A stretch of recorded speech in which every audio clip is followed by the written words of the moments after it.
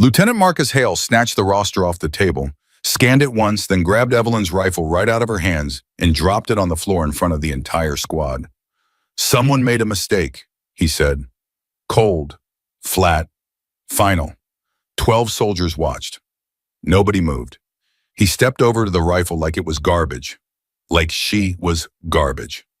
"Get her out of my briefing room." Evelyn Carter looked down at her weapon on the floor. Then she looked back up at him. She didn't move. And 42 days later, that decision would save every man in that room from dying on a mountain they never saw coming. If this story moves you, please subscribe to our channel, hit the notification bell, and follow Evelyn's journey all the way to the end. Drop a comment telling us what city you are watching from. I want to see exactly how far this story travels.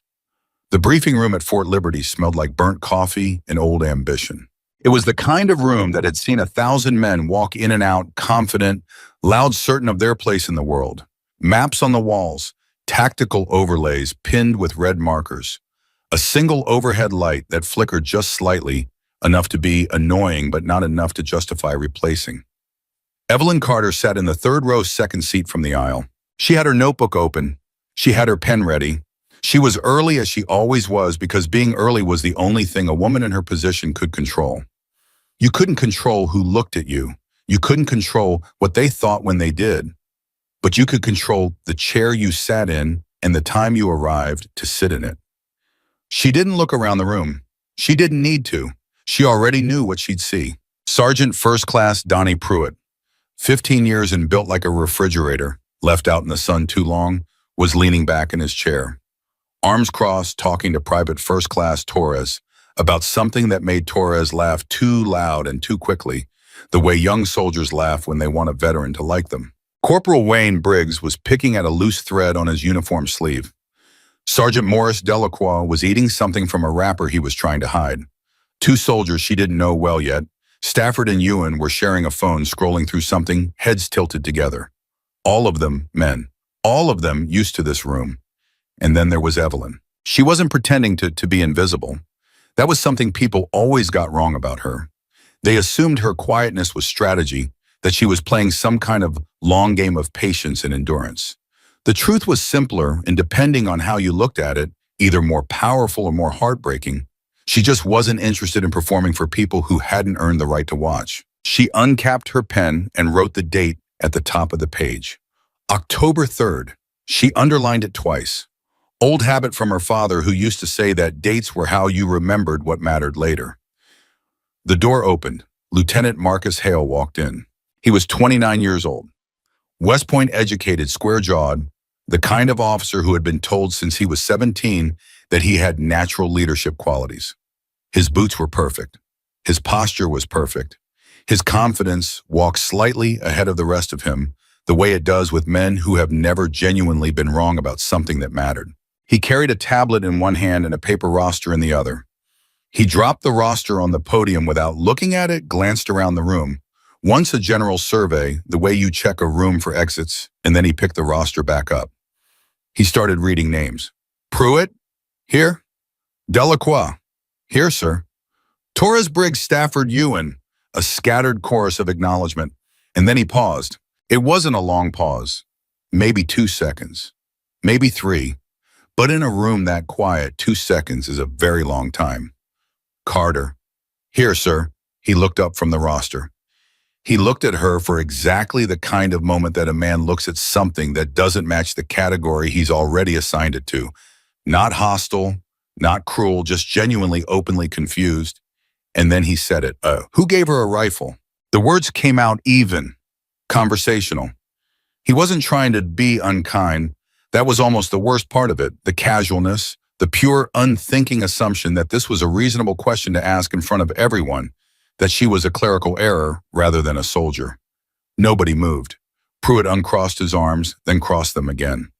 Torres stopped laughing. Briggs let go of the thread on his sleeve. Evelyn Carter did not blink. She did not shift in her seat. She did not look down at her notebook. She did not look to either side to read the faces of the men who surrounded her. She looked directly at Lieutenant Hale, and she held that look with the same steadiness. She held a rifle completely, totally without apology. Sergeant Major Rydell assigned me to this unit 6 weeks ago, sir, she said. Her voice was flat and precise, not defensive, not aggressive, just factual. I've been on 2 prior field exercises with elements of this squad. My qualification scores are on file. Hale looked at her for another moment. Then he looked back at the roster. Right, he said, and moved on. That was it. No retraction. No acknowledgement of what had just happened. He just moved on as if it was already forgotten, as if it hadn't landed in the room like a stone dropped into still water, ripples moving outward that he wasn't even watching. Pruitt behind her and to the left made a sound, not quite a laugh, something smaller, an exhale through the nose, an expression of opinion without words. She heard it. She cataloged it. She did nothing with it. The briefing continued. Haley went through the deployment parameters, a 3-week rotation into Zabul province mountainous terrain, 3 forward operating bases, their unit responsible for a stretch of valley reconnaissance that had produced inconsistent intelligence for the past several months. Possible insurgent activity. Possibly nothing. The kind of mission where you went in expecting to be bored and came back either grateful or broken, depending on what the mountains decided to show you. Evelyn took notes. Not because she needed them, her memory was the kind that held tactical detail, the way a jar holds water tightly without spillage. But because writing things down was how she organized the information into the shape of a plan, and she always had a plan even when no one was asking her for one, especially then. After the briefing ended, the room broke up into the loose, shifting clusters that always formed when soldiers were left to themselves for 10 minutes before the next scheduled event. Some headed for the door. Some stood around the podium where Hale was typing something into his tablet. Evelyn stayed in her seat, not from any particular intention. She just wasn't finished with her notes. She wrote carefully, deliberately wind patterns in the valley elevation differentials mentioned in the briefing, the gap between the eastern and western ridgelines that Hale had pointed to on the map but hadn't fully explained. You're actually writing all that down. She looked up. Sergeant First Class Donnie Pruitt was standing at the end of her row. He wasn't threatening. He was just there the way large men are, sometimes just there taking up space without noticing how much of it they take. Yes, she said. Most of us just remember it. I write it down too, she said. He looked at her notebook. Something moved across his face, not respect, not yet, but something adjacent to curiosity. You were at Bragg before this, he asked. Fort Bragg had recently been renamed Fort Liberty, but soldiers who'd been there long enough still sometimes used the old name out of habit. 2 years, she said. Before that, Benning. And before that, grew up outside of Fayetteville. My father was at Bragg for 21 years. Pruitt absorbed this. 21 years. What did he do? Artillery. Something shifted in Pruitt's face again. Still not respect. But the category he'd had her filed under was clearly getting a little crowded. Huh, he said. Then he walked away. It wasn't a warm conversation. It wasn't even really a conversation. But it was something, the first crack in a wall that had been built the moment Hale opened his mouth, and walls that had been built that fast sometimes came down faster than anyone expected. Evelyn capped her pen and closed her notebook. She was the last one out of the room. The thing about being the only woman in a unit like this wasn't the hostility. People who hadn't experienced it always assumed the hostility was the worst part, the comments, the looks, the Lieutenant Hales of the world, and their quiet, devastating questions. But the hostility was something you could hold on to. Something with edges. Something that told you exactly where you stood. The harder thing was the invisibility. The way conversations stopped being conversations and became performances when you walked into a room. The way men who were genuinely decent people in every other context became slightly awkward, slightly careful, slightly wrong because they didn't know the rules for this situation, and so they defaulted to the safest move, which was pretending the situation didn't exist. You were there. They knew you were there. They just didn't know what to do with you being there. And so they acted as if you weren't. Evelyn had been navigating this since she was 19 years old when she first walked into a range qualification, and the instructor had asked her without any particular malice whether she was looking for the administrative building. She hadn't been angry. She'd been tired. There was something interesting about that, the way that anger over time, if it doesn't have anywhere useful to go, eventually becomes exhaustion. Not defeat, not surrender, just a kind of deep cellular fatigue at having to keep proving the same thing over and over to an endlessly rotating audience of people who had no memory of the last time you'd proved it. Her father had known about this fatigue. Not the gender-specific texture of it, but the shape of it. Colonel Raymond Carter, retired now living in a house outside Fayetteville, with a vegetable garden he maintained with the same military precision he'd brought to everything else, had understood what it meant to be evaluated before you'd had the chance to act.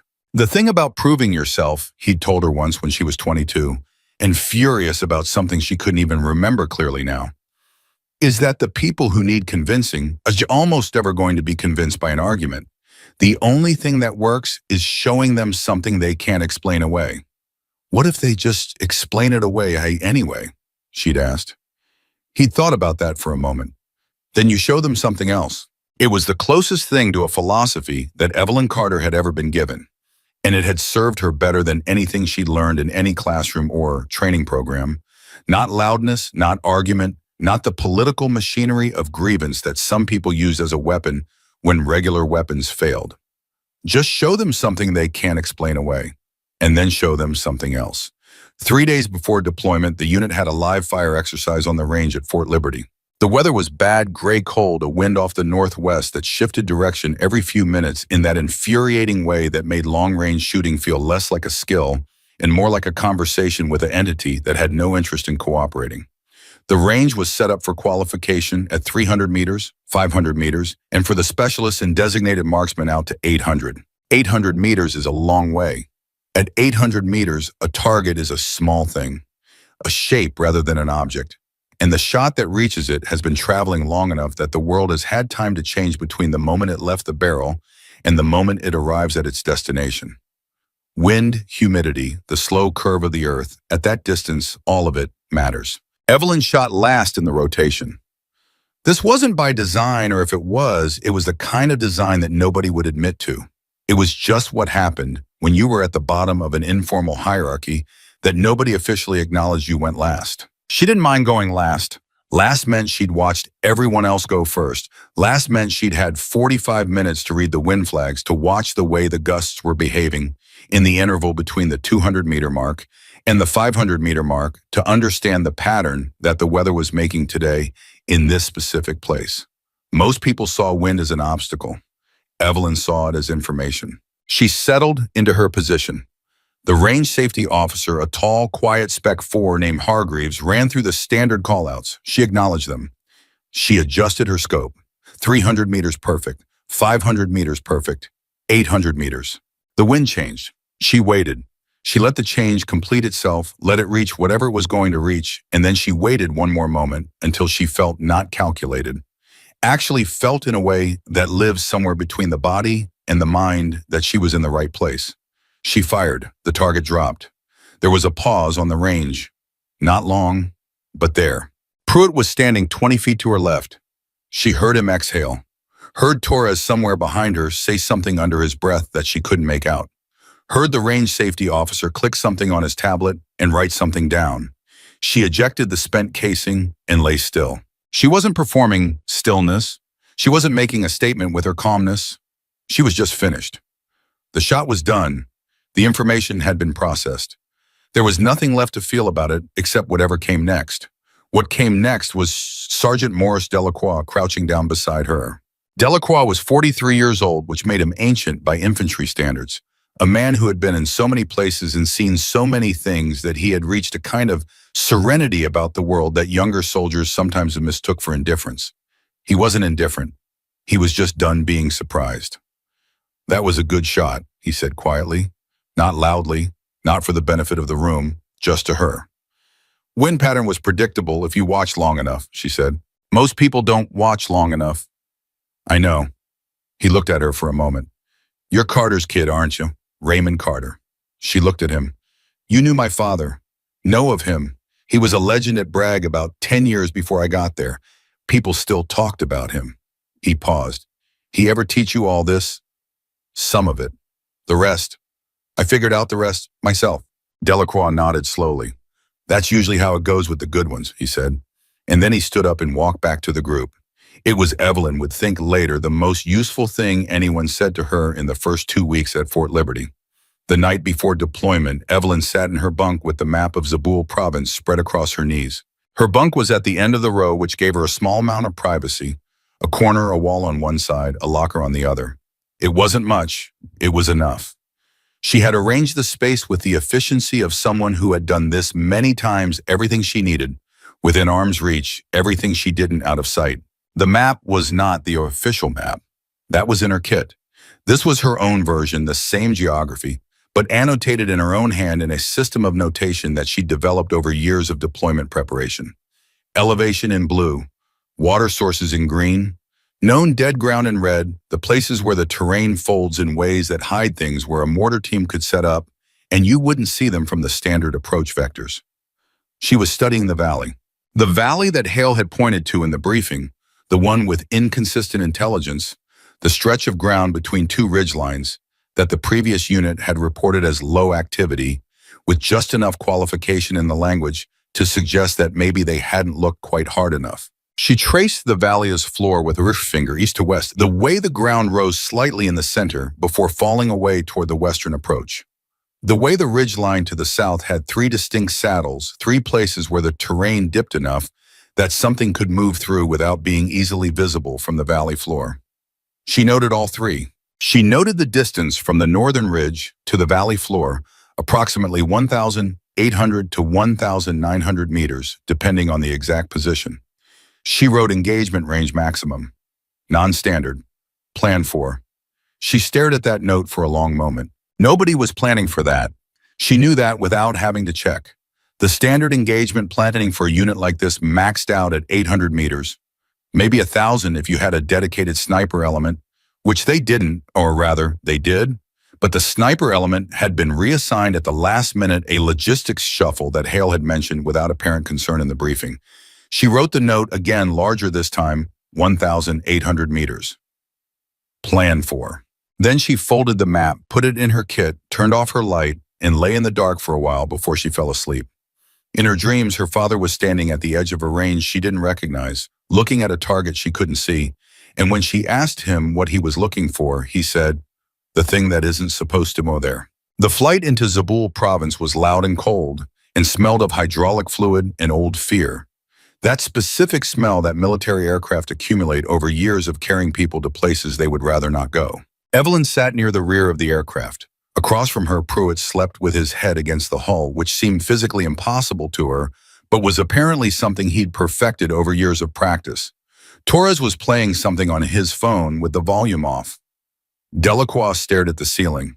Hale was at the front, reviewing something on his tablet, occasionally leaning over to talk to Staff Sergeant Wu, his operations sergeant, a compact, serious man from Sacramento who seemed to share Hale's absolute confidence without sharing Hale's occasional blindness to what he didn't know. Briggs leaned across the seat toward Evelyn. "You really grew up near Bragg," he said. "Outside Fayetteville," she said. "Yes." "My brother was stationed at Bragg," he said. 82nd. "Good unit."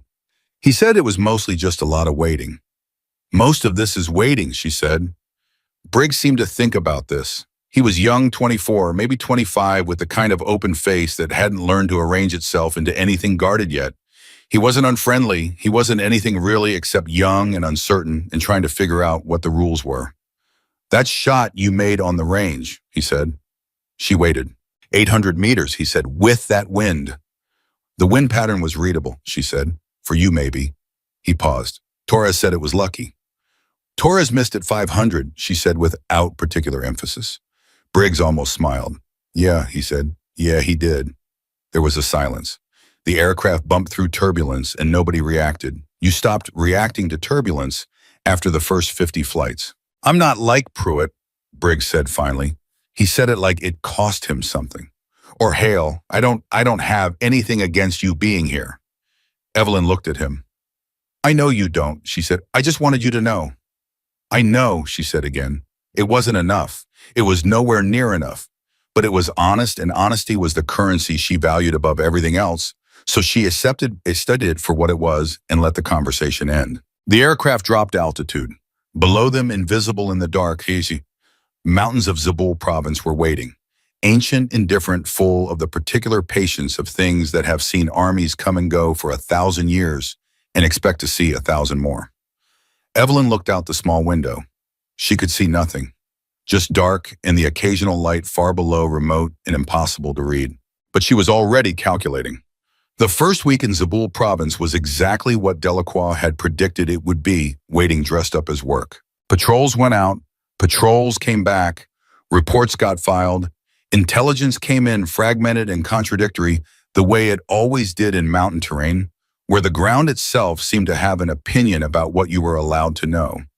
The units settled into the rhythm of deployment, that particular combination of exhaustion and hypervigilance that soldiers learn to live inside the way you learn to sleep through noise when the noise is constant enough. Evelyn ran every patrol Hale assigned her to. She carried her weight and then some. She didn't ask for acknowledgement and she didn't receive any. What she did was watch. The valley below the northern ridge was visible from 3 different patrol positions. The first time she saw it, she noted the distance, the elevation differential, the way the morning light moved across the valley floor, in a way that told you things about the ground's topography that a map couldn't fully communicate. The second time, she started noticing the people. Not soldiers, not insurgents, just people farmers mostly moving through the lower valley in patterns that were entirely ordinary on the surface and slightly subtly wrong underneath. She couldn't have explained it to someone who hadn't spent years training their attention the way she had. It wasn't any single thing. It was the aggregate, the way a group of men moved versus the way working farmers moved the intervals between their positions, the way they stopped and started the specific geometry of their stops. She wrote it all down. On day 9, she brought her notes to Hale. He was at the operations table when she came in, standing over a spread of aerial reconnaissance photos with Wu beside him. He looked up when she entered. "Sir," she said, "I've been tracking movement patterns in the lower valley on the last 4 patrols. I think there's something worth looking at." Hale straightened. He didn't reach for her notebook. "What kind of something?" "Coordinated movement. Small groups, consistent intervals, stopping patterns that don't match agricultural activity. Possibly a survey team, someone mapping approach vectors or identifying firing positions." Hale looked at Wu. Wu looked at the reconnaissance photos. "The valley's been flagged as low activity," Hale said. "The previous unit flagged it as low activity," she said. "But their patrol coverage of the northern approach was limited. They weren't looking at the valley floor from elevation. I've been watching from the ridge on the last 3 patrols, and the pattern is Carter." His voice wasn't loud. It didn't need to be. "What's your current assignment?"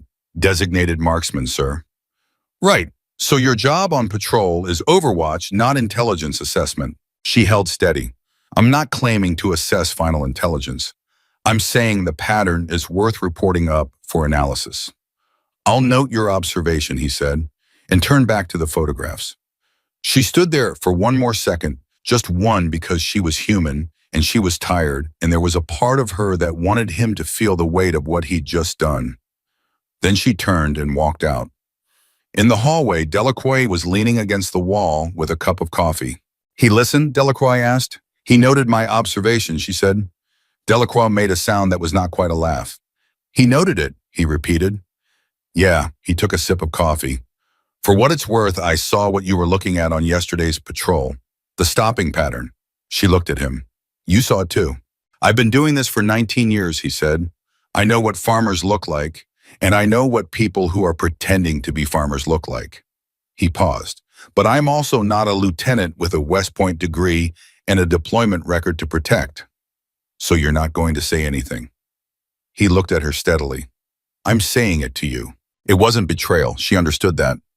Delacroix existed inside a system with its own gravity, its own rules about who could say what to whom without consequences, and he had a family and a retirement to think about. She didn't blame him for it, but she felt it. She felt it the way you feel something you have felt too many times, not as a shock, but as a deepening of a weight you have been carrying so long. It started to feel like part of your skeleton. She went back to her bunk and opened the map. She added the new data points. She drew a line. The line connected the stopping positions she'd observed over 4 patrols. When you drew it out, it wasn't random. It described a rough arc across the valley floor, the exact kind of arc a team would walk if they were establishing range markers for indirect fire. A mortar team establishing firing data would move through a target area exactly like this, recording distances, checking angles. confirming that the line of fire from a concealed position to a target on the northern ridge was clear. She stared at the line for a long time. Then she wrote 2 words at the bottom of the page: "They're preparing." She didn't sleep well that night. Not from fear. She'd made her peace with fear years ago, had learned to treat it as information rather than instruction. She didn't sleep well because of the specific grinding frustration of knowing something that no one with the authority to act on it was willing to hear. Her father had warned her about this, not in those exact words, but in the way he'd talked about the difference between being right and being heard, between having the answer and having the standing to give it. The hardest thing in any organization, he'd told her once, isn't finding the right answer. It's finding the right answer and being the wrong person. She thought she understood it when he said it. She understood it better now. On day 11, Pruitt sat down across from her at dinner without being invited. He put his tray down, unfolded his napkin, and started eating without saying anything for about 90 seconds. Then he said without looking up, "You went to Hale with something about the valley." "Yes." He shut it down. He noted my observation. Pruitt made the same sound Delacroix had made. Something about that almost made her smile. "What exactly did you see?" he asked. She told him. Concisely, she'd learned long ago that concision was more persuasive than detail, with men who were skeptical that if you gave them too much, they used the excess as a way to dismiss everything. She gave him the core of it, the stopping pattern, the intervals, the arc, what it suggested. Pruitt ate while she talked. When she finished, he was quiet for a moment. "That's a significant read from a patrol observation," he said. "It is. Could be wrong." "Could be. But you don't think it is?" She met his eyes. "No, I don't." He chewed, looked at his food, looked back at her. "Hale's not going to move on this without something harder than a pattern you observed on patrol," he said. "That's just reality. He's not going to change his AO assessment based on..." He stopped himself, started again. "He needs something concrete." "I know. So what are you going to do?" She picked up her fork. "Keep watching," she said, "and be ready." He studied her for a moment. Something in his face was different from the man who'd made that sound in the briefing room on day 1, not transformed, not converted, but shifted, recalibrated. "Delacroix thinks you're right," he said. "I know. He'd tell you that, in his way." Pruitt nodded slowly. He finished the rest of his meal in silence. When he stood up to leave, he paused for just a second, tray in hand. "Carter," he said. She looked up. "Don't stop watching." He walked away. She watched him go, and for the first time since Fort Liberty, she felt something that wasn't fatigue or frustration. It was something smaller and more durable, the sense that the ground under her feet was marginally more solid than it had been an hour ago. She went back to the valley the next morning. Day 12. Patrol to the eastern ridge with Torres Briggs and a young private named Okafor, who joined the unit 3 weeks before deployment and still had the careful, wide-open attention of someone who hadn't yet decided what to filter out and what to keep. The patrol was designated reconnaissance standard coverage of the eastern approach, no engagement, authorized observation and report only. They moved into position on the ridge at 00620. The valley below was quiet. The light was flat and gray, the kind of early morning light that flattens distance and makes everything look closer than it is. Evelyn settled into her overwatch position and started scanning. Torres was talking. He talked constantly on patrols in a low-running murmur that he seemed genuinely unaware of the kind of background noise that either became invisible or intolerable depending on how much sleep you'd had. Today she let it run. She was focused on the valley floor, and at 0648 she saw them. 3 men, moving along the western edge of the valley floor near the base of the southern ridge. The same deliberate interval-based movement she'd seen on the previous patrols. But today there was something new. One of them was carrying something. She adjusted her scope. The object was long and cylindrical, wrapped in fabric, carried on one man's shoulder. It could be many things. In a farming region, it could be 100 innocent things. It wasn't. She recognized the way he carried it, the weight distribution, the care, the way his body adjusted to its center of gravity. That was a base plate, or part of one. Her heart rate stayed flat. She'd learned to keep it flat. "Torres," she said quietly. He kept talking. "Torres," sharper. He stopped. "What?" 3 men, valley floor, 2 o'clock, from the large rock formation. One is carrying equipment, heavy cylindrical object. "What do you see?" Torres shifted his position and looked. A pause. Farmers, he said, probably irrigation equipment or something. Look at the way he's carrying it. Another pause. I mean, Torres started, look at the weight distribution. The way his left hand compensates at the rear. That's a heavy metal object with a specific center of gravity. Irrigation pipe doesn't weigh like that. Briggs had moved up beside her. He was looking through his own scope now. He was quiet for longer than Torres. She's right, he said. That's not how you carry pipe. Torres turned to look at Briggs. You're taking her word over. I'm taking my eyes over your guess, Briggs said, and there was something in his voice that was new, a firmness that hadn't been there before, the sound of a young man deciding something. Log it, Carter. Log exactly what you're seeing. She was already writing. Time, position, number of individuals, description of carried equipment, direction of movement, estimated destination based on trajectory. When she got back to the FOB, she wrote a full observation report. She submitted it through the proper channel, through Wu, who passed it to Hale, and she wrote it with the precise neutral language of a formal military report because she understood that the way you said something was sometimes as important as what you said. She did not use words like, I believe, or I think. She used observed, consistent with, pattern indicates. She handed it to Wu at 1430. At 1600, Wu came to find her. The LT looked at your report, Wu said, and Wu looked uncomfortable. He was a good soldier, competent, diligent, the kind of operations sergeant who kept a unit running through the sheer force of attention to detail. He wasn't cruel. He wasn't dismissive. He was just caught between a report he couldn't argue with and an officer he couldn't override. He says the object could be agricultural equipment. He says without confirmed hostile identification, there's no basis for changing the patrol posture. Evelyn said nothing. He also said, Wu stopped, started again. He said your observation reports are noted, but that you should focus on your designated assignment and leave the intelligence assessment to the intelligence section. There it was again, that sentence, in a slightly different form with slightly different words, but the same sentence she'd been hearing in one version or another for her entire career. Stay in your lane, do your job, leave the thinking to someone else. She looked at Wu steadily. Is there an intelligence section here currently? Wu's jaw tightened slightly. The forward element is understaffed. Right, she said. So who exactly is doing the intelligence assessment? Wu didn't answer. Because they both knew the answer, nobody.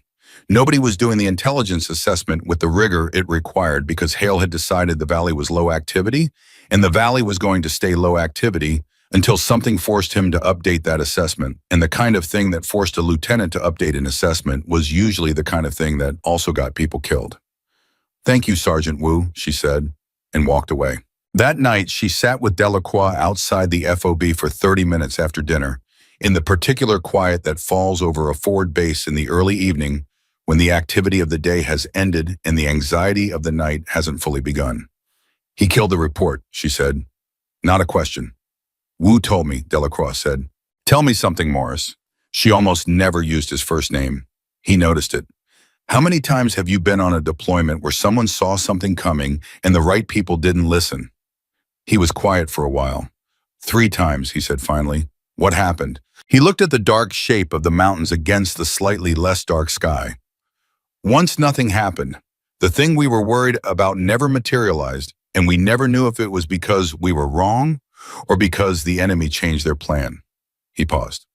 Once it happened, but we got lucky that timing was off and we had enough reaction time. And the 3rd time, Delacroix was quiet for so long she thought he wasn't going to answer. The 3rd time he said, we lost 2 men because the captain had decided the route was clear and nobody with the rank to change the decision agreed with the 2 guys who were saying it wasn't. She absorbed that. Were you one of the 2 guys? I was, he said. They sat in silence for a moment. So what do, she said, when you know something and nobody will listen? Delacroix turned to look at her. In the dark, his face was hard to read, but his voice was clear. You do exactly what you told Pruitt you were going to do, he said. You keep watching, you stay ready, and when the moment comes, because in my experience, the moment always comes, you make sure you're already positioned to do something about it. And if the moment comes too fast, Then you'd better have already done everything you could to make yourself ready for a moment that comes too fast. She looked at her hands, at the calluses on her right palm from years of trigger work, the slight asymmetry of grip strength, the index finger that had fired enough rounds that the muscle memory was structural, now written into her body permanently. I've been running the distances in my head, she said quietly, from the northern ridge to the valley floor, from every overwatch position we've used.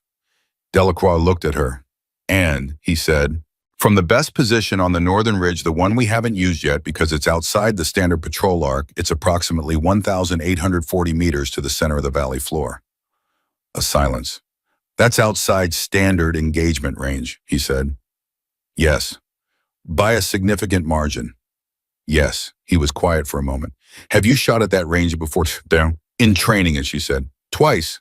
Under controlled conditions. This wouldn't be controlled conditions. No, she said. It wouldn't. Delacroix leaned forward, elbows on his knees, looking at the ground. His voice, when he spoke again, was lower. Carter, I'm going to ask you something and I want a real answer, not a soldier answer. Okay. Do you actually believe you could make that shot? Not in theory, not statistically. Do you believe you specifically could make that shot in field conditions with wind and altitude and pressure and a target that isn't going to cooperate? She didn't answer immediately. She gave it the weight it deserved. I believe I am the only person in this unit who has a chance of making that shot, she said. I believe that if I'm in the right position and I've done the calculation and the conditions are within a manageable range, yes, I believe I can make it. Delacroix looked at her for a long moment. Then he stood up, put his hands in his pockets, and looked at the mountains. Then you'd better figure out how to get yourself into that position before anyone needs you there, he said, because by the time anyone asks you to go there, it'll already be too late. He went inside. Evelyn sat alone in the dark for another hour. She wasn't afraid. She wasn't angry. She wasn't performing composure for an audience that wasn't there. She was calculating wind patterns at elevation in this valley at this time of year, the way cold air settled into the lower valley floor in the early morning, and what that did to bullet trajectory over 1,840 meters. The specific drop at that range, just over a meter of vertical adjustment, needed assuming standard atmospheric conditions. The holdover, the scope settings, the breathing pattern she'd need. She ran the calculation in her head 3 times. She got the same answer 3 times. It was possible. It was at the absolute edge of possible in the territory where skill and physics and luck converged in a ratio that no honest person would call comfortable. But it was possible. She went inside. She sat on her bunk. She opened her notebook and wrote the number one more time large and clear at the top of a blank page, 1,840 meters. Below it, she wrote everything she knew, the math, the variables, the margin of error, the conditions she would need, the conditions she could not control. Below that, she wrote the one sentence that her father had said to her the last time she deployed, standing in the driveway of his house in Fayetteville, the vegetable garden in its autumn state behind him, his voice carrying the particular weight of a man who had spent 21 years understanding exactly what it meant to send someone you loved into a place where math and luck were the same thing. Be ready before they know they need you to be. She closed the notebook. She lay down. She stared at the ceiling, and somewhere in the valley below, in the dark, in the patient geometry of preparation that she had already recognized, and no one else had yet been willing to see, something was being assembled.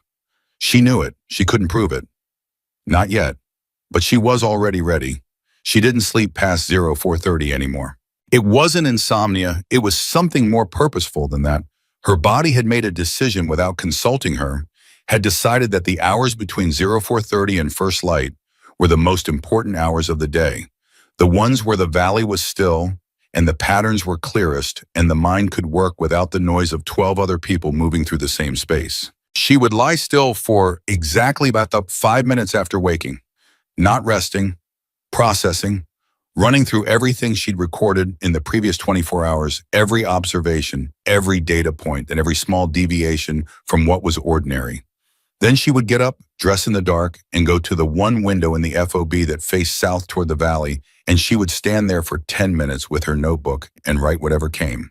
Day 15, day 16, day 17. The pattern was tightening. She could feel it the way you feel a change in air pressure before a storm, not See it, not hear it, just feel it in the part of you that evolved specifically to recognize when something dangerous was getting closer. On day 18, she saw the second piece of equipment.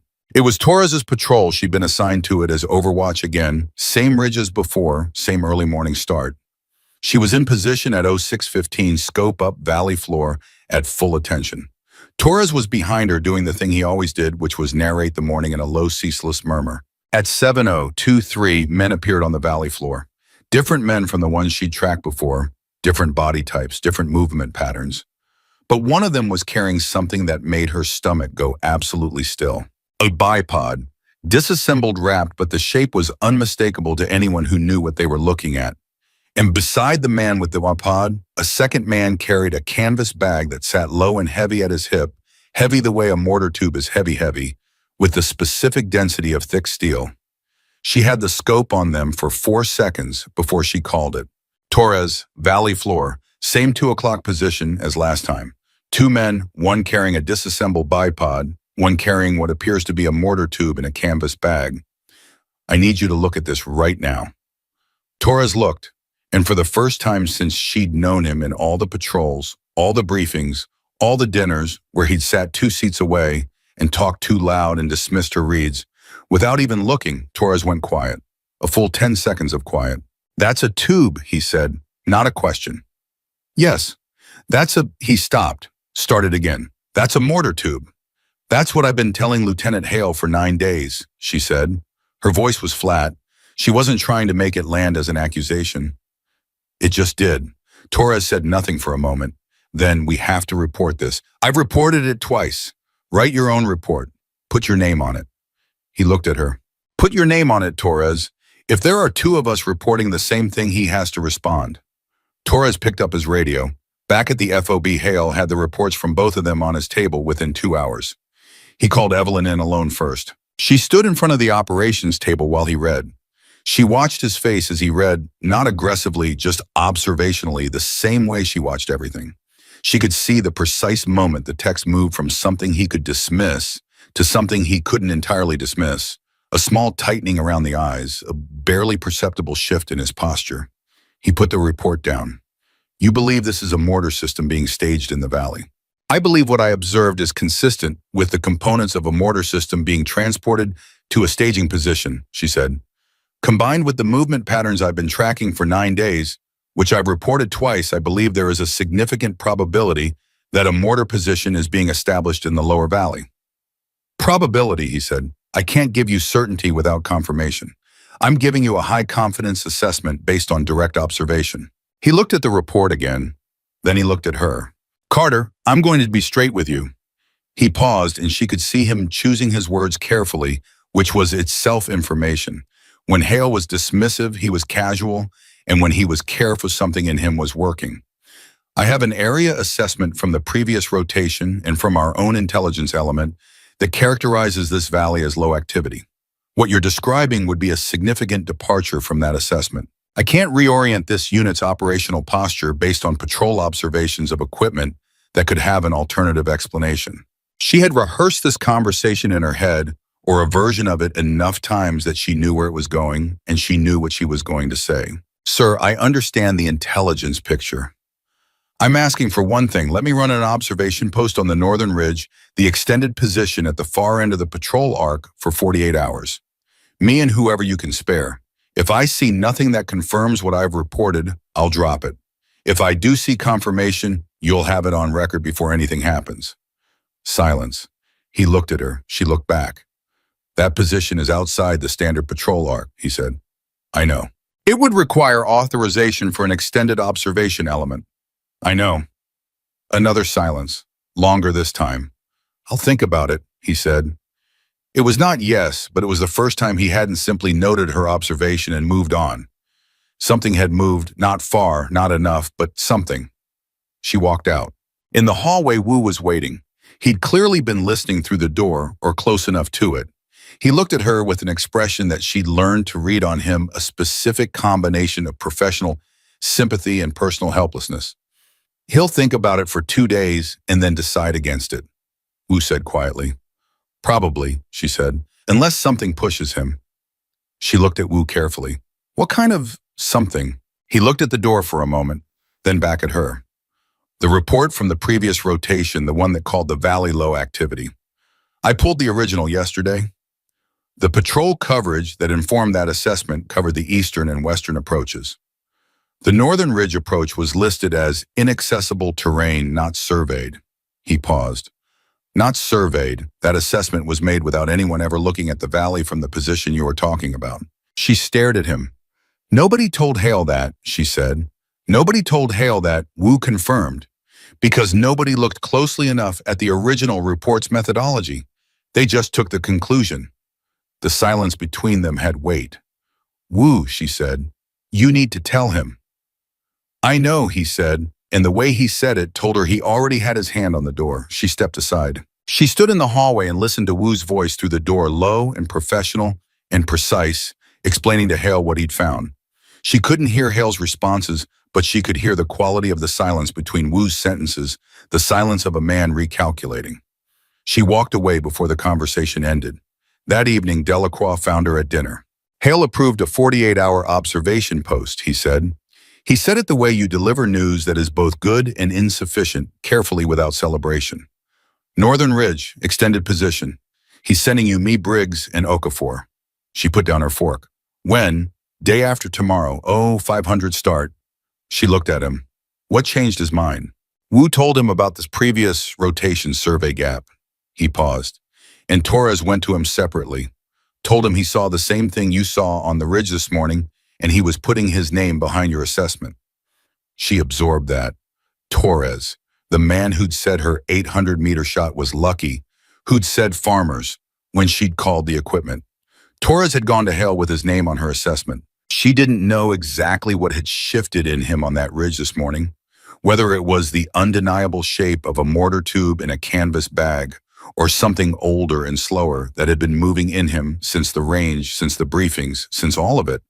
She didn't need to know. I'll be ready at 0500, she said. Delacroix nodded. Then he sat down across from her with his tray, and they ate in comfortable silence the way two people eat when they've reached an understanding that doesn't need words. Across the room, Torres looked up from his food and met her eyes for exactly 1 second. Then he looked back down. It was enough. Day 20, the observation post on the Northern Ridge. They moved into position in the cold dark before dawn. 4 of them, Evelyn, Delacroix, Briggs, Okafor, moving quietly through terrain that Evelyn had been studying on her annotated map for weeks, but had never physically walked until now. The position was better than she'd expected. The ground gave a natural depression, a shallow bowl in the ridge that provided concealment without requiring constructed cover, and the sight line to the valley floor was unobstructed and complete. From here, she could see everything she'd been trying to see from the limited angles of the standard patrol route, the whole valley east to west from the southern ridge to the northern approach. She set up her rifle, adjusted her scope for the new baseline distance, and began building her data. Distance to valley floor 1,835 to 1,847 meters depending on position. She averaged it at 1,840. Wind at elevation, variable cycling between 3 and 7 knots, predominantly from the northwest. Air temperature dropping as the morning progressed. Humidity low. She recorded it all. Every number, every variable. Briggs was beside her, quiet in a way he hadn't been on early patrols, a focused quiet. Okafor was positioned 10 meters back, communication link to the FOB. Delacroix covered the rear approach. For the first 4 hours, the valley was ordinary. Farmers moved. Vehicles moved on the distant road. A group of children appeared and disappeared on the eastern slope. Ordinary. Everything ordinary. And then at 11:47, 22 hours into their 48-hour window, Evelyn's breathing changed. Not from fear, from recognition. 6 men on the valley floor. Moving in a configuration she'd never seen before in the valley. Tight, purposeful. Loaded with equipment converging on a position near a rock formation at the valley's center that she'd flagged on her map 2 weeks ago as a potential concealed firing position. They were not hiding, they were not pretending to be farmers. They had moved past the stage of pretending. They were setting up. Delacroix, she said, perfectly level. Valley floor, center position, rock formation, 6 individuals, equipment, deployment. I need you to confirm what I'm seeing. Delacroix moved up beside her and looked through his scope. 5 seconds. 10. That's a mortar position, he said. His voice was completely flat, the flatness of a man with 19 years of experience looking at something he'd hoped not to see. That is a fully active mortar position being established. Okafor, she said, get Hale on the radio right now. Okafor already had the hand set up. The communication back to the FOB took 4 minutes, 4 minutes that felt like 40, while she kept her scope on the position and watched the team work with the efficient practice speed of people who had done this before. The tube was going up. She could see it now clearly. No canvas, no concealment, the tube, the bipod, the base plate being positioned and leveled. A man with a notebook was taking readings. Hale's voice came through the radio. She could hear the edge in it, even through the static. The edge of a man who had just been handed the thing he'd been hoping wouldn't exist. How many personnel? 6 Okafor relayed, fully establishing. Tube is visible and being positioned. A pause on the radio. Then, what's the range from your position? Evelyn answered before Okafor could relay it. Approximately 1,840 meters. Another pause. Longer. That's outside engagement range. For a standard element, yes, sir, she said. She said it carefully, not as a challenge, as information. For my rifle and my current firing data, it is within capability. The silence on the radio was the kind of silence that happens when a person is revising a very large number of previously held assumptions very quickly. What's the threat timeline, Baramong? Hale asked. Delacroix answered. At current setup speed, they'll be operational in 12 to 18 minutes. And our unit. Patrol Element Alpha is in the Valley Approach right now, Okafor said. Standard route. They'll be in the kill zone in approximately 20 minutes.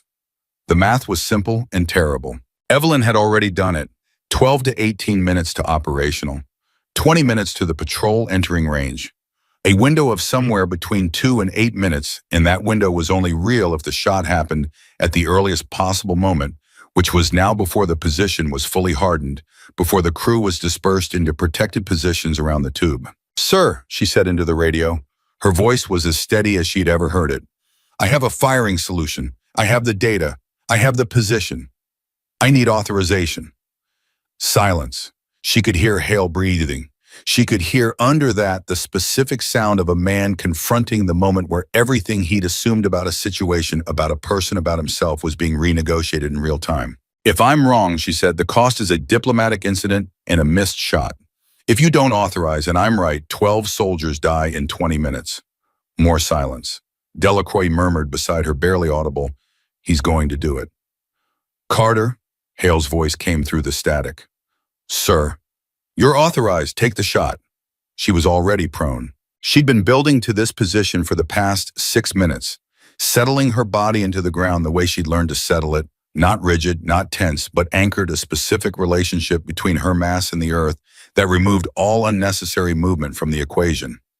Her breathing slowed. This was the part that people didn't understand from the outside, the part that looked like stillness, but was actually the opposite. Every sense sharpened, every calculation that she'd been running for the past 3 weeks, every data point, every wind reading, every hour in the dark, with her notebook every morning at the window watching the valley was converging into this single moment. Wind 4 knots northwest, consistent for the last 6 minutes. Elevation adjustment dialed in. Distance 1,840 meters. The mortar crew was at the tube.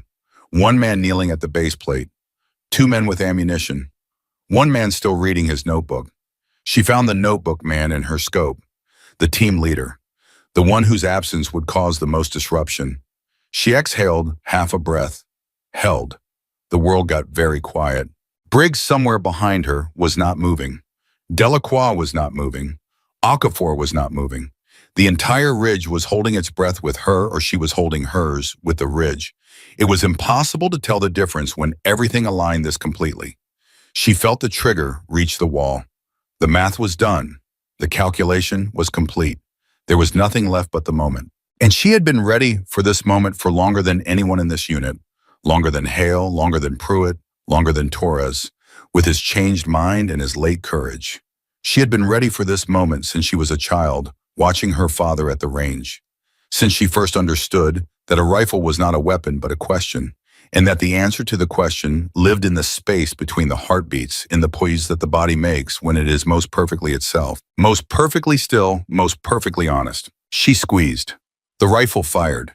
The sound of it was enormous and then immediately gone, swallowed by the mountain air, by distance, by the simple physics of a sound moving outward and dissipating, while the projectile that had caused it continued to travel through space at a velocity that made time irrelevant. 1,840 meters. The bullet traveled that distance. And at the end of it, impact. She saw it in the scope, saw the figure drop, saw the immediate chaotic response of the remaining crew, two of them breaking away from the tube, one dropping to the ground, the notebook flying, the carefully constructed geometry of their position collapsing into confusion and retreat. The mortar tube was never fired. The base plate was never zeroed. The patrol element in the valley approach never knew how close they'd come to walking into the kill zone of an established indirect fire position at a range they'd never have identified in time. Evelyn lay still for exactly 10 seconds. Then she ejected the casing, caught it, put it in her pocket. She heard Briggs exhale a long, shaking breath, the kind that comes out of a person when something enormous has just passed directly overhead without touching them. "Did you?" he started. "Yes," she said. Delacroix's voice, Okafor, report to Hale, position neutralized, mortar crew dispersed, patrol element, advise immediate route change, potential secondary threat.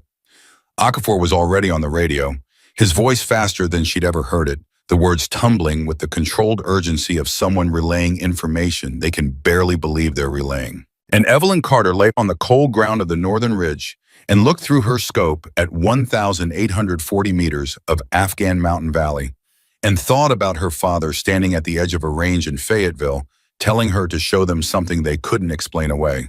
She had shown them something. She had shown them the most important something she had. Below her, the valley was quiet again. The patrol element was changing route. 12 soldiers were walking away from the place they'd been walking toward. They didn't know what had just happened. They would find out. But right now, in this moment, they were just walking away from the kill zone towards safety, toward the FOB and dinner and tomorrow and all the ordinary, irreplaceable days that came after surviving the day that was supposed to end you. Evelyn let out a breath, just one. Then she picked up her notebook and wrote down the time. The four of them came off the northern ridge at 1400 hours. Nobody spoke on the way down, not because there was nothing to say. There was everything to say.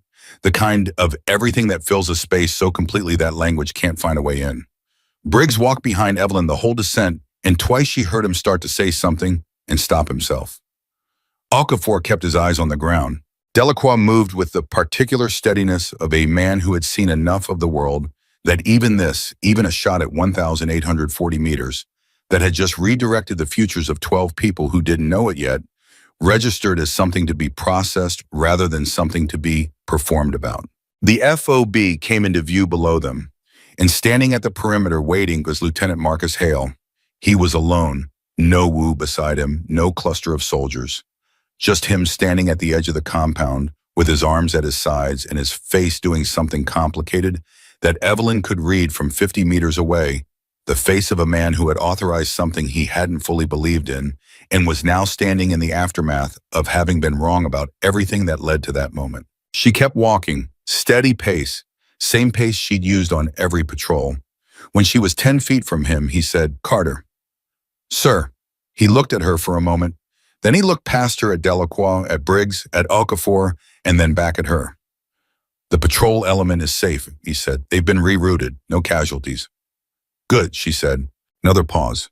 He seemed to be waiting for something from her, some acknowledgement, some softening of the moment, some offer to make this easier for him. She didn't have it to give. Not because she was cruel, not because she wanted him to suffer, but because she was genuinely, completely exhausted in a way that left no energy for anything except the truth. "Your assessment was correct," he said. "Yes, sir?" "All of it. The movement patterns, the equipment, the position." "Yes, sir." He nodded, a single slow nod. "Debrief at 1600, full team." He paused. "Good work, Sergeant." He walked away. She watched him go. Delacroix came up beside her. "That's the closest thing to an apology you're going to get from him," he said quietly. "I know," she said. "It's fine." "Is it?" She thought about that honestly, the way she tried to think about everything without performance, without the comfortable lie of saying things were fine when they weren't, just to seem like the kind of person who rose above things. It's enough, she said. For now, it's enough. They went inside. The debrief at 1600 hours was the most unusual meeting Evelyn had attended since arriving at the FOB. Unusual, not for what was said, but for the specific charged silence that kept interrupting what was said. Hale ran it professionally, thoroughly, with the systematic competence that she'd always recognized in him, even when everything else about him was wrong. He walked through the observation timeline, the reporting chain, the authorization decision, the engagement, the outcome. Every number was right. Every detail was accurate. He did not minimize what she had observed, what she had reported, or what she had done. And the 12 men in that room, Pruitt, Torres Briggs, Delacroix, Okafor, Stafford Ewan, and 4 others, sat and listened to the accurate account of all of it, and the silence that kept appearing between Hale's sentences was the silence of men recalculating something they'd thought was settled. Torres was the one Evelyn watched most. He sat 3 seats to her left, and for the entire 40-minute debrief, he stared at the table in front of him with an expression she'd never seen on his face before. Not shame exactly, something more complicated there than shame, something that had shame in it, but also something harder and more durable underneath, like a man who has just understood something about himself that he would spend a long time living with. After Hale dismissed the room, Torres didn't move immediately. Everyone else filtered out Pruitt with a long look at Evelyn that she acknowledged with a small nod, Briggs touching her arm briefly as he passed, Delacroix last, as always, with his coffee cup and his steadiness. And then it was just Evelyn and Torres in the room. She was collecting her notebook. She wasn't waiting for him, but she wasn't rushing either. "Carter," Torres said. She looked at him. He stood up from the table. He was a tall man, broader than she remembered from the beginning of the deployment, or maybe she was just seeing him differently now, the way you see everything differently after a day when the world has rearranged itself. "I said it was lucky," he said, "at the range, the 800-meter shot. I remember. I said it in front of people.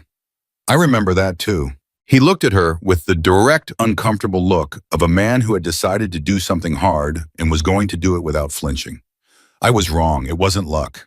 I knew it when I said it, and I said it anyway because—" He stopped. His jaw tightened. "Because it was easier." She held his gaze. "Easier than what?" she asked. "Easier than admitting that you were better than me at something I spent 5 years thinking I was good at." The words came out with the specific weight of truth that has been compressed for a long time. Easier than dealing with what that meant. The room was very quiet. She thought about what to say to him. She could have been generous, could have said something that made it easier for him, that smoothed the jagged edges of what he'd just admitted. She'd done that before in other units with other men. Made it easier, softened the landing. She was tired of softening the landing. "It cost me something," she said quietly. "Every time someone said it was luck. Every time someone looked at my scores and found a reason they didn't count. Every report I wrote that got noted and filed and ignored." She kept her voice level. Not angry, just honest. "It cost something, Torres. Every single time." He absorbed that. He didn't flinch. "I know," he said. "I'm not asking you to forgive it. I just needed to say it was wrong." She looked at him for another moment. "I know you went to Hale," she said, "with your name on my assessment. Least I could do." "It wasn't nothing," she said. He nodded, then he picked up his helmet from the table, tucked it under his arm, and walked out. At the door he paused, but didn't turn around. "That shot today," he said. "I've never seen anything like that in my life." Then he was gone. She stood alone in the debrief room for a moment. She looked at the empty chairs at the table with its scattered papers, at the map on the wall with the valley marked in red, with the position at 1,840 meters, now circled in Hale's handwriting. She picked up her notebook and walked out. The rest of the day moved in the specific strange way that days move after something enormous has happened, with a kind of heightened ordinariness. Everything slightly too bright and too loud. The texture of the world turned up. She ate dinner. She cleaned her rifle, the action so familiar and automatic that her hands did it without asking her mind for instructions. She wrote in her notebook. She sat outside for 20 minutes in the cooling evening air. Pruitt found her there. He sat down beside her without asking, the way he'd sat across from her at dinner 2 weeks ago, with the same directness that she'd come to understand was simply how he was not rude, not casual, just a man who didn't have patience for the performance of needing an invitation. For a while he just sat. Then he said, 19 days. She looked at him. 19 days, he repeated. That's how long you were right before anyone with authority believed you enough to act on it. He said it not as an accusation of Hale, not as flattery of her, just as a fact being recorded. 19 days. Yes, she said. In 19 days, a lot of things can happen. They can. He looked at his hands. Pruitt's hands were enormous, scarred in ways that told stories he'd never volunteered. He'd been in the Army for 15 years. He'd been in places that had left marks on him that were visible and marks that weren't. I owe you something, he said. She waited. First day at the briefing, when Hale said what he said, he paused. I made a sound. You heard it. I heard it. I wasn't laughing at you, he said. He struggled with the next part. She could see it. The specific struggle of a man trying to be precise about something he'd spent his whole life not being precise about. I was laughing at the situation. At Hale, at the whole, he stopped. At the absurdity of it, she said. Yeah, he looked at her. But you didn't know that. And it doesn't matter why I made the sound. What matters is what you heard. She was quiet for a moment. Outside, somewhere nearby, 2 soldiers were talking. She could hear the rhythm of it without the words. You vouched for me with Delacroix early on, she said. I know you did. He told me in his way. Pruitt looked slightly surprised. He'd tell you that in his way, she repeated. Pruitt almost smiled. That man cannot give a straight answer to save his life. He gives the answers he's comfortable with. Yeah, well, Pruitt stood up. He was tall enough that standing up changed the entire geometry of the space around them. He looked down at her for a moment. You did good today, Carter. You did more than good. He seemed to run out of the specific vocabulary he needed, the way people do when they're trying to describe something that lives outside their usual emotional range. What you did today was it mattered. I know, she said. 12 people. I know. He nodded. Then he walked away and she watched the dark close around him. 12 people. She'd been thinking about that number all afternoon. Not with pride, exactly pride felt like the wrong word for something this serious, but with a kind of solemn, heavy gratitude that she couldn't quite name. 12 people who were alive in a way they wouldn't have been. 12 futures still running. 12 people who would go home and eat dinner and fight with their families and wake up on ordinary mornings and never fully know what they were doing instead of. She thought about the patrol element walking through that valley approach, changing their route on a radio command they didn't fully understand yet, grumbling about the change, not knowing what they were walking away from. She thought about her father's garden in Fayetteville and how he'd told her once that the best soldiers were never the ones who wanted to be heroes. The best soldiers were the ones who wanted everyone to get home. She had never wanted to be a hero. She had just wanted everyone to get home. The next morning, 2 things happened that she didn't expect. The first was Hale. He came to find her at 700, which was early for a conversation that wasn't operational. He found her at the window, the south-facing window, where she did her morning thinking, and he stood beside her for a moment without saying anything. Looking at the same valley, she was looking at the valley that looked so quiet now and had been so quietly full of danger for 19 days. I've been writing the after-action report, he said. She nodded. I want to make sure the documentation accurately reflects the observation timeline, he said. Every report you submitted, the dates, the content, the responses. He paused.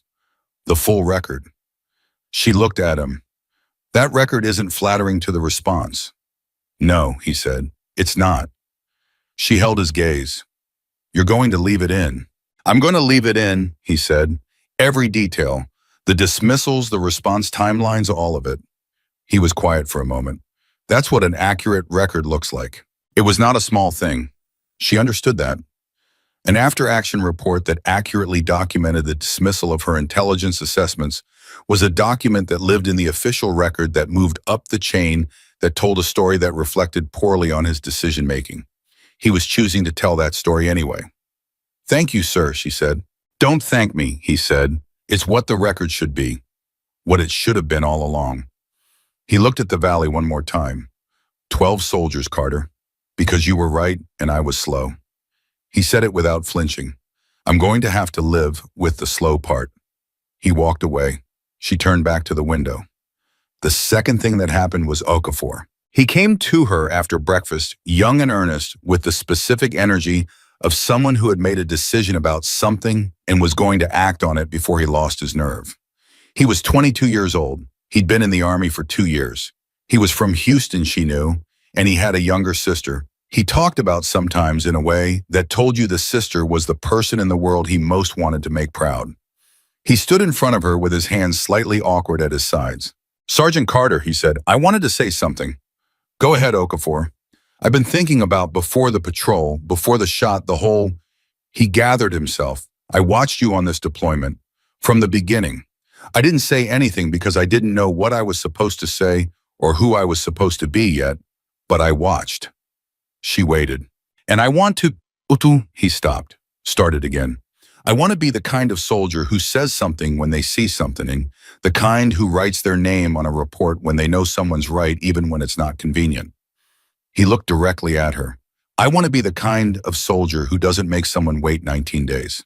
She looked at this young man from Houston with his 22 years and his sister he wanted to make proud, and something moved in her chest that was older than pride and simpler than affection, something that felt like the closest thing this situation had to hope.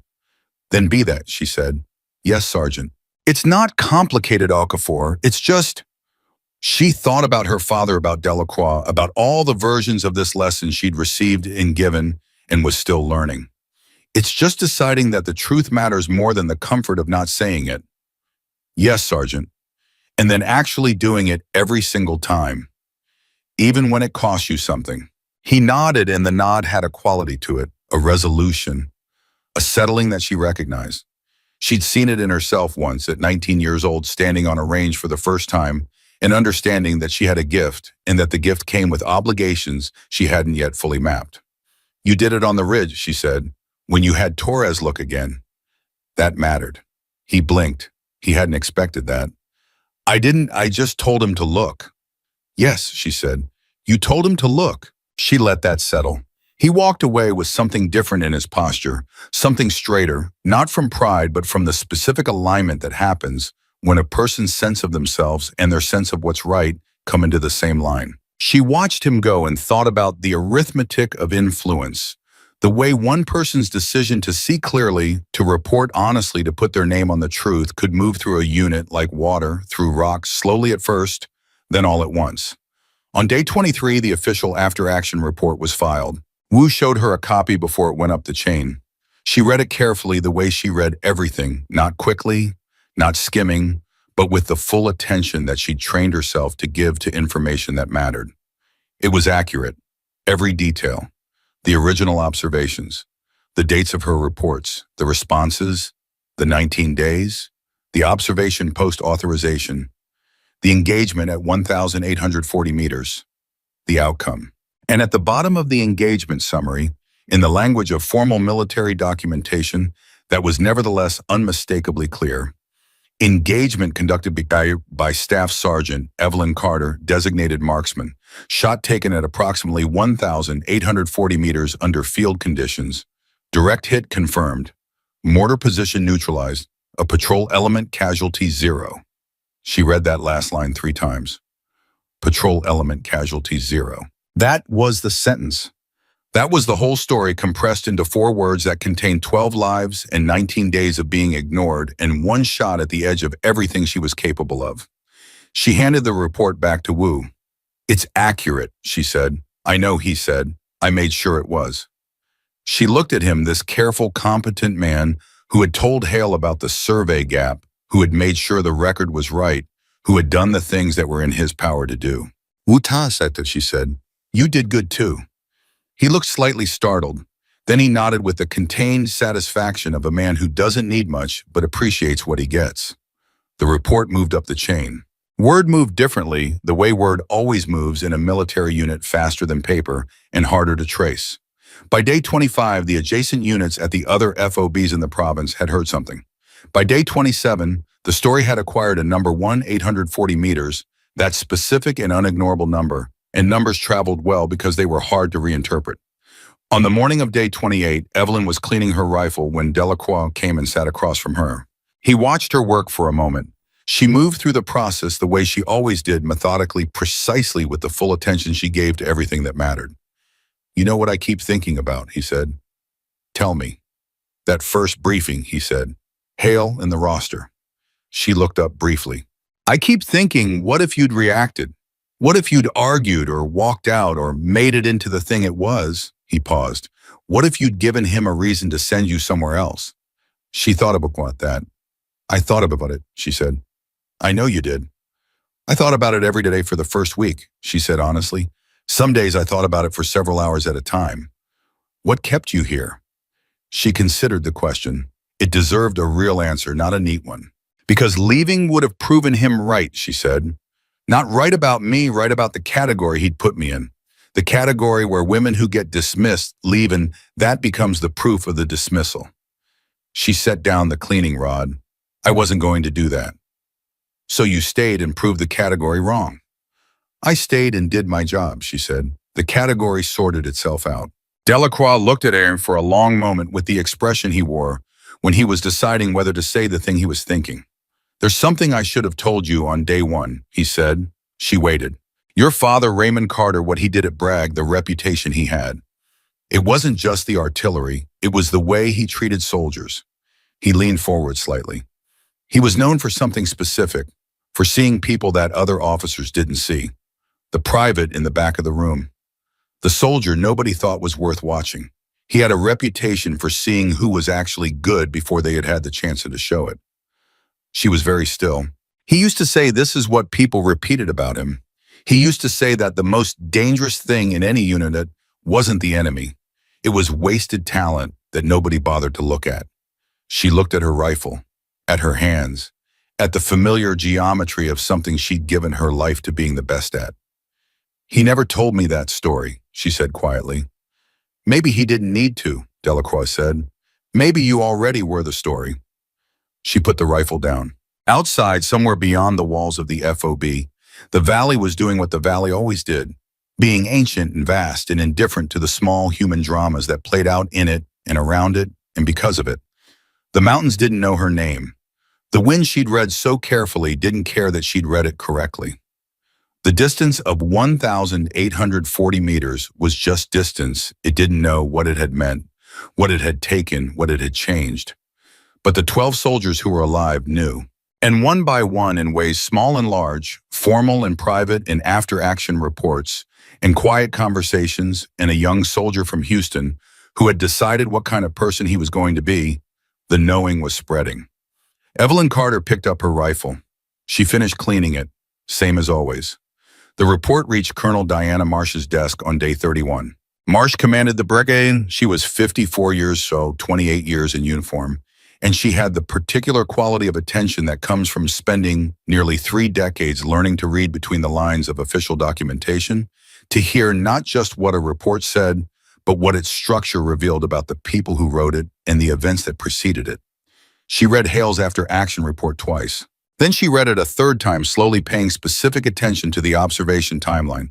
Section the dates, the reports, the response notations. She set it down and looked at her operations officer, Major Calloway, who had brought it to her. "Tell me about Carter," she said. Calloway told her what he knew, which was the official record, the qualification scores, the assignment history, 2 prior deployments, the designation as unit marksman. "That's not what I asked," Marsh said.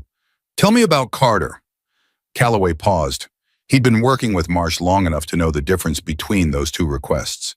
"From what I've been hearing through the unit," he said carefully, "she identified the threat pattern over 19 days, reported it multiple times through proper channels, had her assessments dismissed, and was validated completely when the position materialized exactly where and how she'd predicted." Marsh looked at the report. "And the shot," she said, "confirmed at approximately 1,840 meters, Calloway said. "Field conditions, variable wind. The forward element was 7 minutes from entering kill zone range." Silence. "Get me Hale on a secure line," Marsh said, "and pull Carter's full service record. Everything."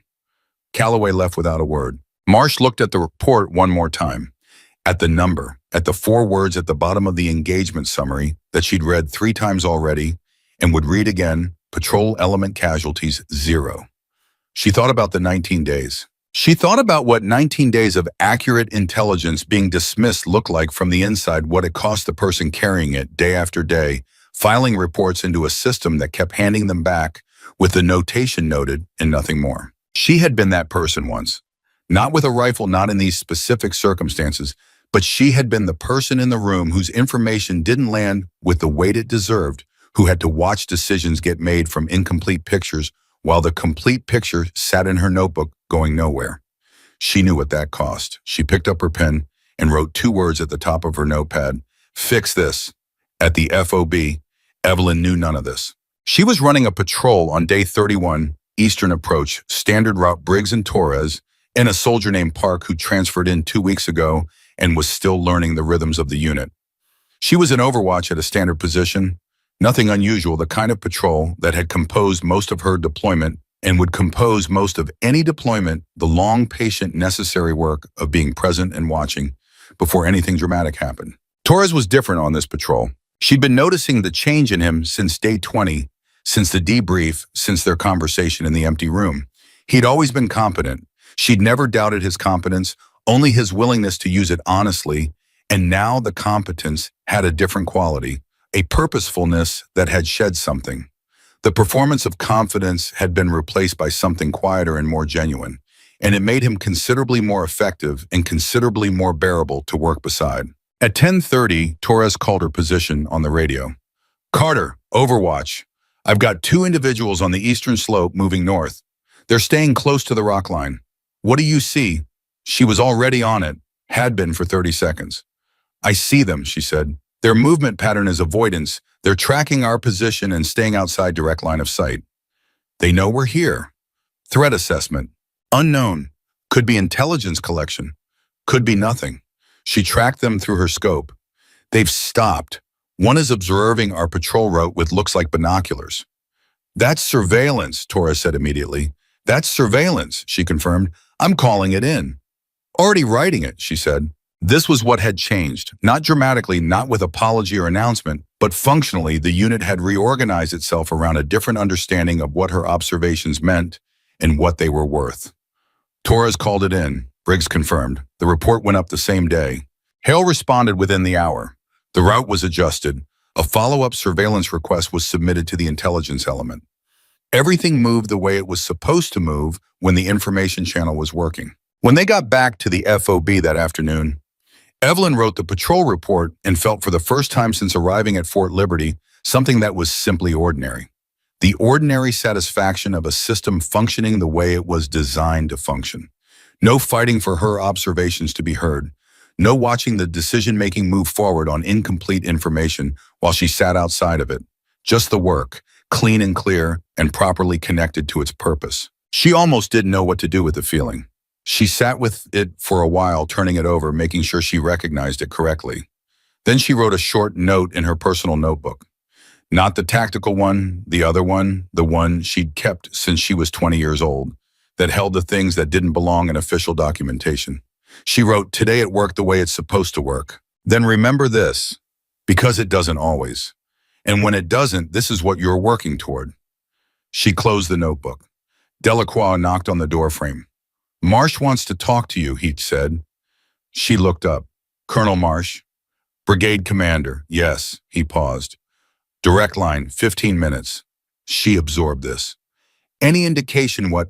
The after-action report, he said. That's my read. She stood up, tucked her notebook away, checked her uniform with the automatic attention to detail that had been her father's legacy and her own habit, and walked to the communications room. The call with Marsh lasted 47 minutes. Marsh asked Buffett questions the way a person asks questions, when they already knew most of the answers and were using the questions to fill in texture rather than structure. She asked about the observation methodology, how Evelyn had tracked the movement patterns, how she'd developed the firing data for the Northern Ridge position, how she'd made the calculation on the shot. Evelyn answered everything directly.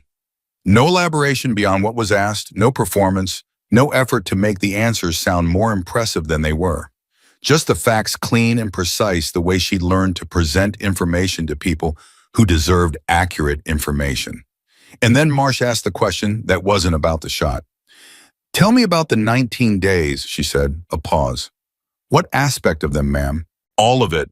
What it was like to carry that information for 19 days and have it returned to you every time. Marsh's voice was even professional, but underneath it was a specific gravity that told Evelyn she was being asked this by someone who understood the weight of the answer. Tell me the truth of it. Evelyn was quiet for a moment. It was the most frustrating professional experience of my career, she said. Not because of ego, because people were at risk and I had information that could reduce that risk and the information wasn't moving. She paused. I've been doing this for 11 years. I've been in situations before where my assessments weren't taken seriously.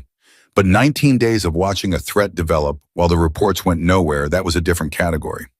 How did you handle it? I kept writing the reports, she said. I kept running the patrols. I kept refining the data. She paused.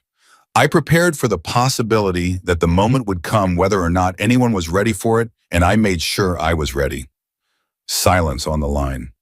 You prepared for a shot at 1,840 meters before anyone had authorized you to take it, Marsh said. Yes, ma'am. Because you believed the moment was coming. Yes, ma'am. And if it hadn't come, if the mortar position had never materialized, then I would have been a soldier who ran unauthorized calculations in her head for 3 weeks, Evelyn said, and gone home. Marsh made a sound, not quite a laugh, but something in that direction. The sound of someone appreciating a specific kind of honesty. I'm recommending you for the Army Commendation Medal, Marsh said, for the engagement and for the intelligence work that preceded it. Both matter. I want the record to reflect that both matter. Evelyn was quiet for a moment. The intelligence work that preceded it was the work that should have been done by a full intelligence element, she said carefully. I'm not trying to diminish the commendation, ma'am. I just want to make sure the record also reflects that the unit was operating without adequate intelligence support, and that the gap created a situation where a single soldier's persistence was the difference between outcome A and outcome B. That gap shouldn't exist. Another silence, longer this time. That is exactly the kind of observation that needs to go in the record, Marsh said. And it will. The call ended. Evelyn sat in the communications room for 2 minutes after the line went dead, not processing the commendation that was something for later, something to carry carefully and not get lost in thought of, but processing the conversation itself. The quality of being heard, fully heard without having to fight for it by someone who had the standing and the intention to do something with what they heard. She had not realized until that moment how much she'd needed it. Not the commendation, not the validation, just the straightforward, uncomplicated experience of being believed by someone who was listening. She went to find Delacroix. He was outside, as he often was in the evenings, with his coffee cup and his veteran's patience with the world. She sat down beside him and told him about the call, not all of it, but the substance of it. He listened without interrupting, which was one of his best qualities. When she finished, he was quiet for a moment. Marsh is good people, he said. She is. She came up hard, he said, early career. I knew soldiers who served under her when she was a captain. Same thing, the whole apparatus of not being believed, of having to prove the same thing to every new room she walked into. He sipped his coffee. She got through it, and she remembered what it felt like. The good ones always remember. Does it always take this long? Evelyn asked. It wasn't self-pity. It was a real question. For the thing to move, for the record to actually reflect the truth. Delacroix thought about it. Sometimes it moves fast, he said. When the outcome is dramatic enough, when the numbers are undeniable, when someone like Marsh is in a position to move it, sometimes it happens quickly. He paused. And sometimes it never happens at all. Sometimes the record stays wrong, and the people who know the truth carry it alone for the rest of their careers. That's not an answer. No, he said. It's the truth instead. She accepted that.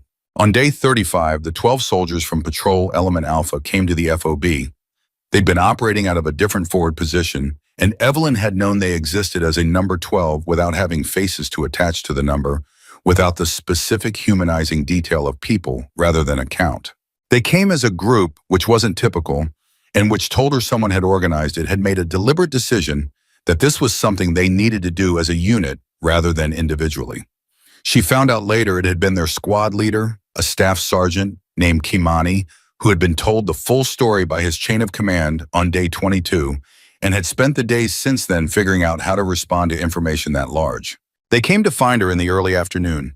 She was at the table with her notebook running through the data from that morning's patrol. Kimani was first. He was 32 with the compact, deliberate presence of a man who had learned to make every movement count. He stood in front of her and he said, "I'm Kimani. My squad was on the valley approach." She put down her pen. "I know," she said. He looked at her directly. "We didn't know what was happening when the route change came through. They told us after." He paused.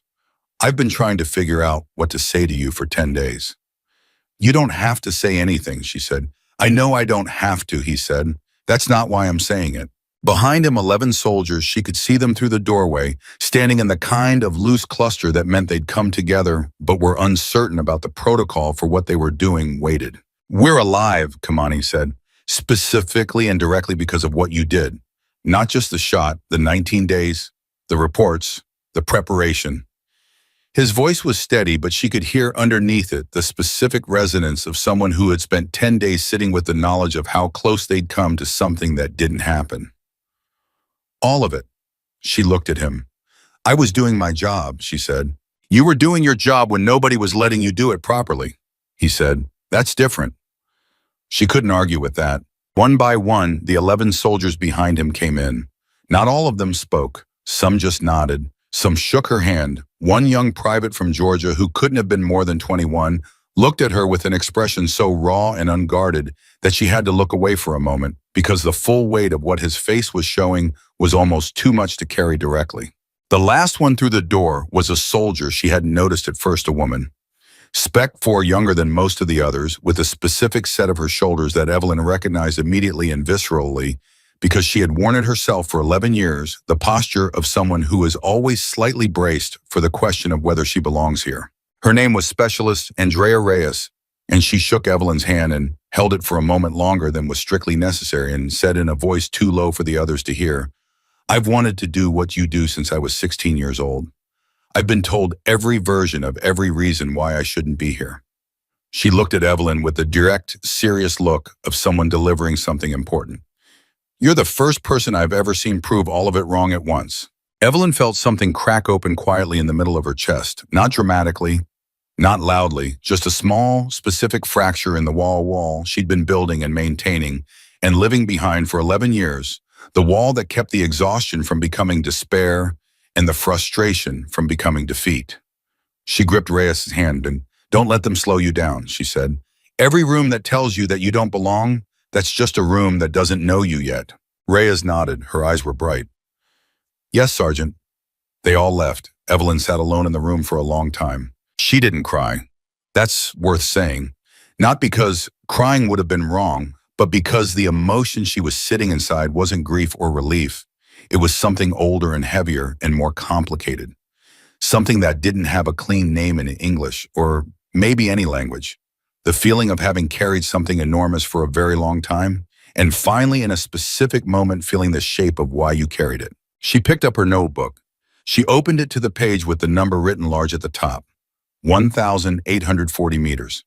She looked at it for a moment, then she turned to a fresh page and wrote the only thing that felt true enough to put in the same notebook as that number. It was never about the shot. It was about everyone who never got to take theirs. She closed the notebook. Day 42 arrived the way the last days of deployment always arrive, suddenly after what felt like a long time, and then all at once as if the calendar had been holding its breath and finally exhaled. The unit prepared to rotate out. Gear-packed positions handed off to the incoming unit with the thorough methodical briefings that were the connective tissue of military continuity, all the knowledge accumulated over weeks of living inside a specific place being transferred to the people who would live and see it next. Evelyn briefed the incoming designated marksman herself. His name was Sergeant First Class Obi, and he was skilled and attentive, and she gave him everything, every patrol note, every annotated map, every observation about the valley's patterns and the terrain's habits. She gave him the data on the Northern Ridge position, including the range data she'd built in the 3 weeks after the shot, the refined calculations, the wind charts. She gave him all of it. The northern ridge position, Obi said, looking at her range data. You verified this post-engagement. 3 times, she said. The data is solid. 1,840 meters. He looked at the number. That's outside standard parameters. Yes, she said. He looked at her. He knew who she was. The story had moved faster than she had, which was how these things worked. You actually held that shot, he said. Not a question, exactly. More like a thing he was confirming with the person who knew. The math was right, she said, and I was ready. How long did it take you to be ready for that specific shot, I mean? How long had you been building to it? She thought about her father's driveway, about her first day on the range at 19, about every qualification, every patrol, every hour in the dark, with a notebook running numbers for a moment that hadn't happened yet. 11 years, she said. He nodded slowly. I'll take good care of the position, he said. I know you will, she said. The transport out left at 0600 on day 42. The unit loaded with the efficient practice speed of soldiers who had done this enough times that the motion was automatic. Gear-loaded positions accounted for the FOB receding behind them as the vehicle moved toward the airfield and the aircraft that would carry them back through the long chain of waypoints toward home. Hale was 2 rows in front of her. At some point during the first hour, he turned around. He looked at her across the space between them directly without the careful avoidance that had characterized the early weeks of the deployment. He said, Carter. She looked at him. He said, I'm glad you didn't go anywhere. She held his gaze. So am I, she said. He nodded once, turned back around. It was not absolution. It was not the full accounting of what those 19 days had cost, or what the question in the briefing room at Fort Liberty had meant, or all the versions of that question she'd been absorbing since she was 19 years old, in a world that kept making space for her talent while refusing to make space for her. But it was real. It was honest. And it was his offered without prompting in the early morning of day 42 on a vehicle moving through the Afghan mountains toward home. She accepted it for what it was. Beside her, Delacroix was looking at the mountains moving past his coffee, long gone, his hands resting on his knees. What are you going to do when you get back? He asked. She thought about it. Sleep, she said. Call my father. Go to the range. He almost smiled. Of course. Then figure out what's next, she said. There's always a next. There is, he said. You going to stay in? Yes. Even after all of this, she looked at him. Especially after all of this, she said, because Reyes is still in and Okafor is still in, and there are 20 more of each of them in every unit I haven't been part of yet. She paused. Someone has to keep showing them something they can't explain away. Delacroix looked at her for a long moment. Your father, he said, would be out of his mind with pride right now. She looked at the mountains. He'd tell me to clean my rifle, she said. Delacroix laughed fully genuinely, the laugh of a man who had been holding something tightly for a long time and had finally let it go. It was the best sound she'd heard in 42 days. Back at Fort Liberty, 3 weeks after rotation, a ceremony was held in a room that looked very much like the briefing room where it had all started, the same kind of light, the same kind of chairs, the same mix of people in uniform filling them. Colonel Marsh presented the Army Commendation Medal. She read the citation, the language of official recognition, formal and precise, naming the dates and the actions and the outcome, and then she did something that wasn't in the citation. She paused, looked up from the paper, and looked at Evelyn directly. 19 days, she said, to the room, not just to Evelyn. For 19 days, Sergeant Carter identified, reported, and prepared for a threat that was ultimately confirmed in every detail. That intelligence work aided as much a part of this commendation as the shot. Competence is not just what happens in the dramatic moment. It is every hour of preparation, every report that gets filed, every number that gets written down in the dark. She paused. Remember that. The room was quiet. Evelyn received the medal. She shook Marsh's hand. She stood at attention while the room did what rooms do at these moments. She did not cry. She did not make a speech. She did not perform gratitude or triumph or vindication. She stood straight and she held the medal and she thought about a number 1,840 meters, about a morning on a ridge, about 12 soldiers walking away from the place they'd been walking toward, about a young woman named Reyes, with the braced posture of someone ready to absorb a question she'd already heard too many times. She thought about her father's voice, "Be ready before they know they need you to be." She had been ready. That was the whole story told. Truly, she had been ready. Not because someone made room for her, not because the system finally worked the way it should, not because Marcus Hale had a revelation or Torres changed his mind or Marsh saw the record and decided to fix it. Those things all mattered, and they were all real, but they were not the center of the story.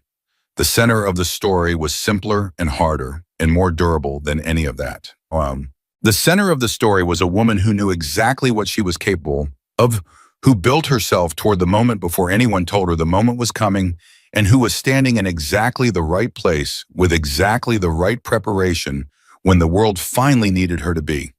At 1,840 meters, when it mattered most, her voice was the only one that could reach. And it did.